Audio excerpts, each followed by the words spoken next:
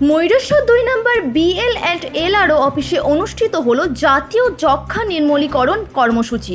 ময়ূরেশ্বর ২ নম্বর ভূমি ও ভূমি সংস্কার দপ্তরের সহযোগিতায় আয়োজিত এই কর্মসূচিতে উপস্থিত ছিলেন ব্লক স্বাস্থ্য আধিকারিক, ভূমি ও ভূমি সংস্কার দপ্তরের আধিকারিক সহ অন্যান্য বিশিষ্ট ব্যক্তিবর্গ। আজ এই উপলক্ষে হাসপাতালে একটি বিশেষ কর্মসূচির আয়োজন করা হয়। যক্ষ্মা রোগ সম্পর্কে সচেতনতা বৃদ্ধি, নিয়মিত চিকিৎসার গুরুত্ব এবং পুষ্টিকর খাদ্যের প্রয়োজনীয়তা নিয়ে আলোচনা করা হলো আজ। স্বাস্থ্য দপ্তরের পক্ষ থেকে রোগীদের সঠিকভাবে চিকিৎসা চালিয়ে যাওয়ার পাশাপাশি পুষ্টির দিকে নজর দেওয়ার পরামর্শ দেওয়া হয়।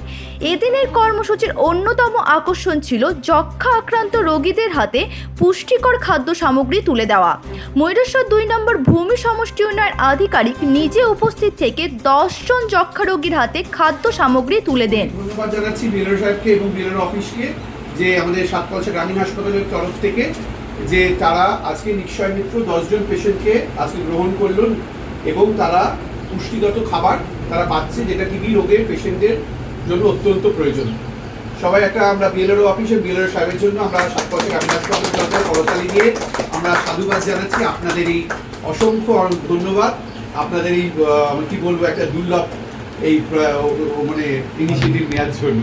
ডিএমএস স্যারকে অনেক অনেক ধন্যবাদ যে আমাদেরকে একটা সুযোগ করে দিয়েছেন এরকম একটা জনহিতকর কাজ করার জন্য। এর জন্য আমরা ওনাকেও বিএলআর অফিসের তরফ থেকে ধন্যবাদ জানাই এবং সকলে ভালো থাকুক, সুস্থ থাকুক এই টিভি প্রতিটা, আর সেটাও কামনা করি। আজকে খুব ভালো লাগছে ওয়ার্ল্ড টিভি করার জন্য আমি নিজেকে গর্বিত মনে করছি বা ভালো লাগছে।